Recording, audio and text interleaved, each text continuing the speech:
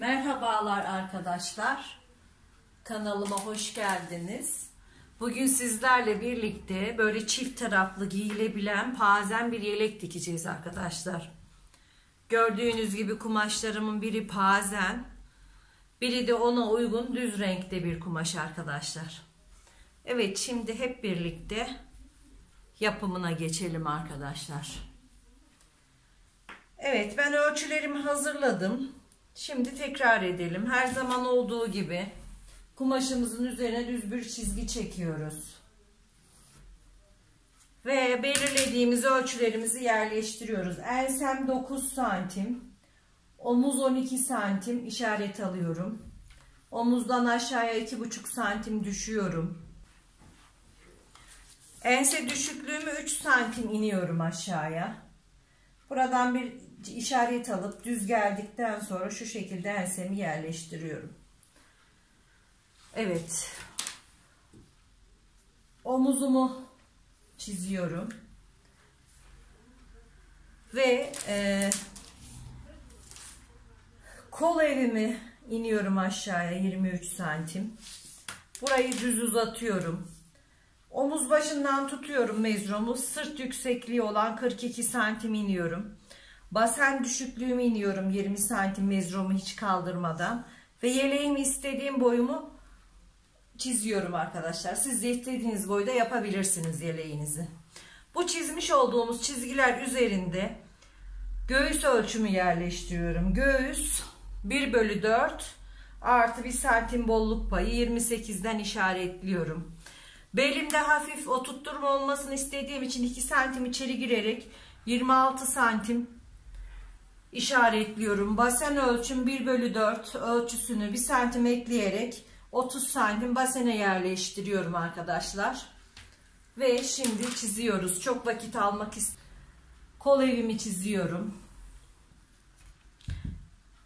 Kumaşımı 4 kat katladım ve öncelikle arkaya göre çiziyorum. Daha sonra öne uyarlayacağız arkadaşlar. Bakın cetvelimizde nasıl kullandığımızı biliyoruz.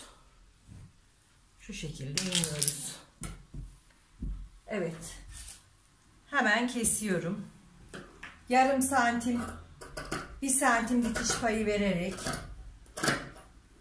yeleğimi kesiyorum.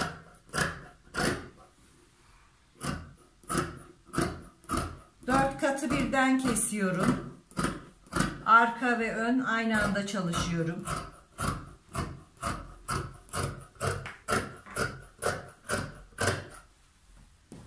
Evet arkadaşlar.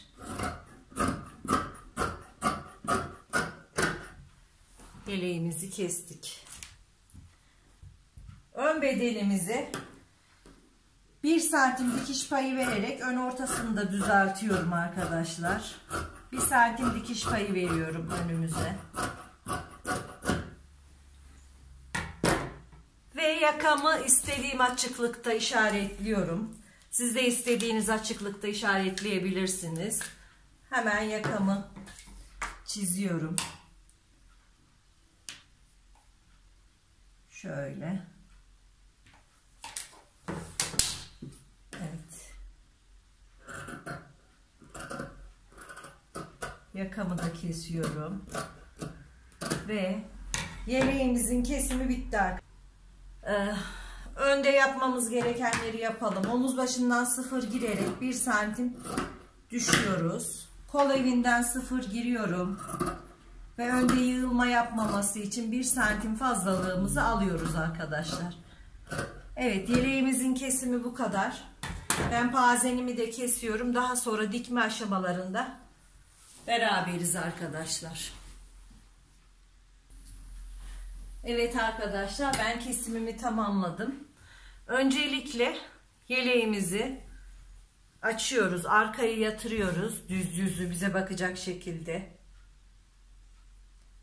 Ve ön ortamızı açmamışız. Ön ortamızı açalım.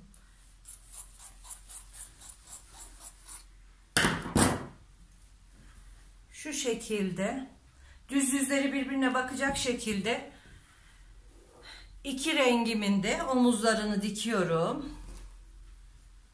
omuzlarını dikiyorum, ikiye açarak ütüleyip. Evet arkadaşlar, ben iki yeleğimin ikisini de omuzları diktim.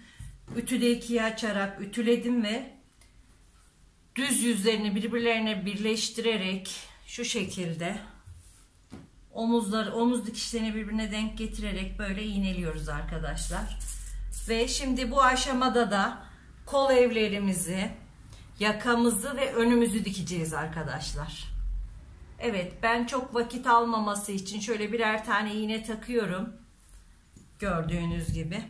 Yakamı dikeceğim, önümü dikeceğim, kol evlerini dikeceğim. Evet, yeleğimizin kol evlerini, ön ortasını ve yakasını diktik. Şimdi kol evlerimize küçük küçük çıtlar atacağız arkadaşlar. Rahat dönmesi için belirli aralıklarda şu şekilde çıtlar atıyoruz.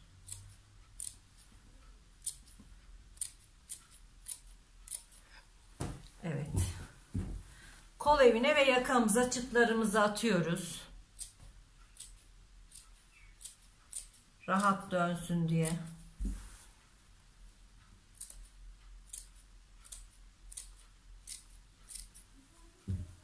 Yakamıza da atıyoruz aynı şekilde.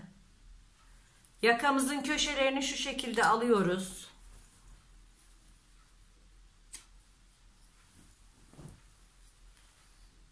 Ve çıtlarımızı ara ara atıyoruz.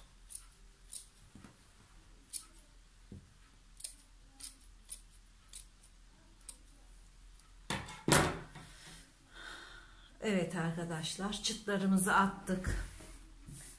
Ve yeleğimizi tek bir omuzdan çevireceğiz arkadaşlar, bu şekilde. Tek bir omuzdan çevireceğiz.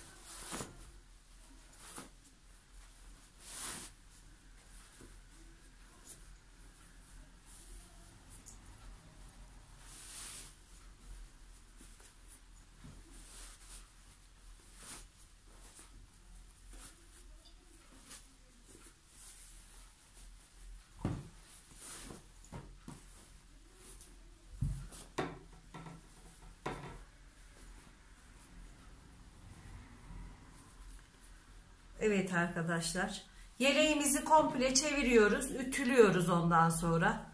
Ben yeleğimi çevirip ütüleyip geliyorum arkadaşlar.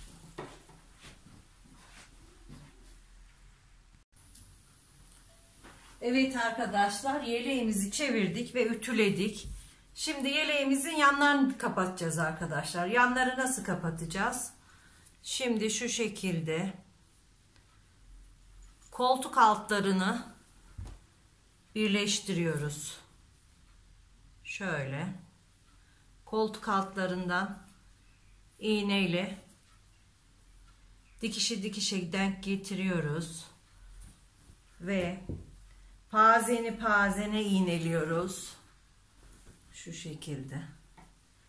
Siyah kumaşımızı da siyah kumaşımıza iğneliyoruz. İki tarafı da bu şekilde dikip kapatıyoruz arkadaşlar. Evet, gördüğünüz gibi yanlarımızı, iki tarafımızı da bu şekilde hemen dikip geliyoruz. Evet arkadaşlar, yeleğimizin yanlarını da kapattık. Gördüğünüz gibi iki tarafında yanını kapattık. İkiye açarak ütüledik. Fakat siyah olan taraftan şöyle bir karış açık bıraktım. Çünkü yeleğimizin altını kapattıktan sonra buradan çevireceğiz yeleğimizi arkadaşlar. Şimdi öncelikle yeleğimin etek ucunda eğrilikler var mı diye kontrol ediyorum. Varsa düzeltiyorum.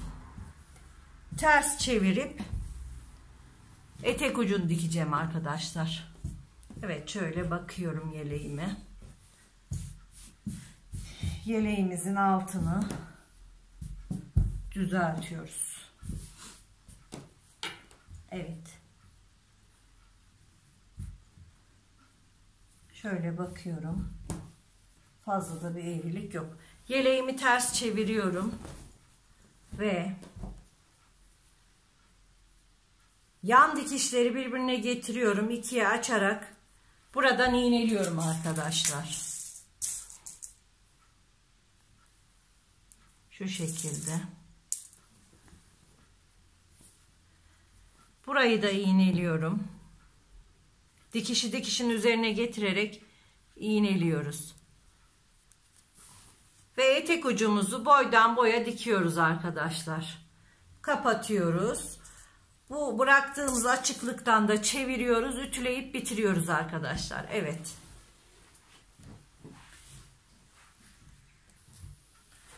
Evet arkadaşlar. Yeleğimizin eteğinin ucunu diktik. Köşeleri kestik. Altının payını kestik. Şimdi bu açık bıraktığımız yerden çevireceğiz arkadaşlar. Yeleğimizi bu şekilde çevireceğiz.